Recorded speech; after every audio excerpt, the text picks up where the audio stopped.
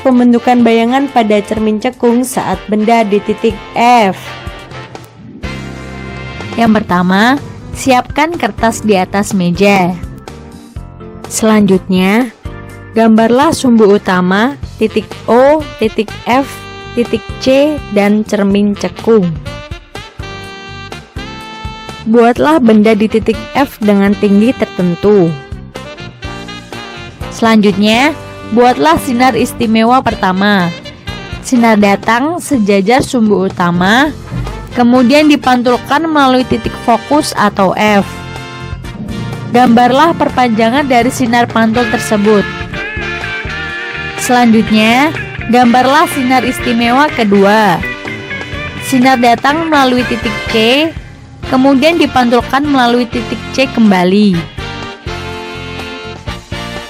Terlihat pada gambar, tidak ada perpotongan antara kedua sinar istimewa, dan kedua sinar terlihat sejajar. Hal ini menunjukkan bahwa bayangan seakan-akan tergambar di jarak yang sangat jauh atau tak hingga.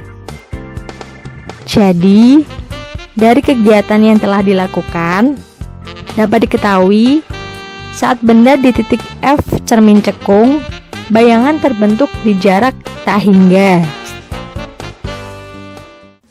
Proses pembentukan bayangan pada cermin cekung saat benda di antara titik F dan titik C. Yang pertama, siapkan kertas di atas meja.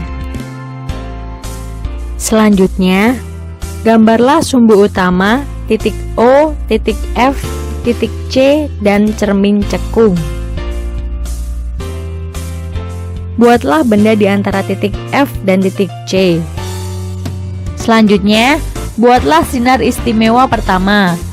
Sinar datang sejajar sumbu utama, kemudian dipantulkan melalui titik fokus atau F.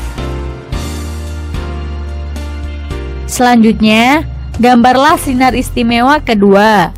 Sinar datang melalui titik C, kemudian dipantulkan melalui titik C kembali. Selanjutnya, gambarlah bayangan di perpotongan kedua sinar. Bayangan terbentuk di depan cermin cekung dan terbentuk dari perpotongan kedua sinar. Maka, bayangan bersifat nyata. Selain itu, bayangan terlihat menghadap ke bawah.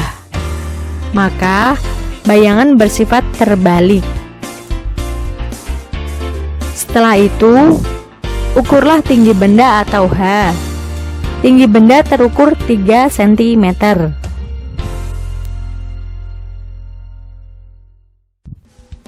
Kemudian, ukurlah tinggi bayangan atau H aksen.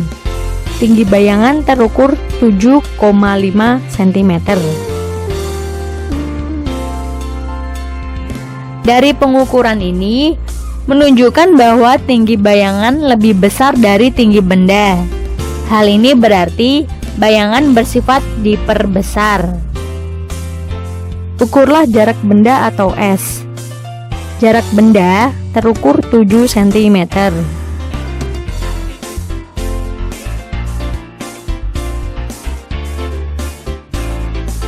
Selanjutnya, ukurlah jarak bayangan atau S aksen. Jarak bayangan terukur 17,5 cm. Dari hasil pengukuran, diketahui juga jarak bayangan atau S aksen lebih besar dari jarak benda atau S. Hal ini memperkuat pernyataan bahwa bayangan bersifat diperbesar.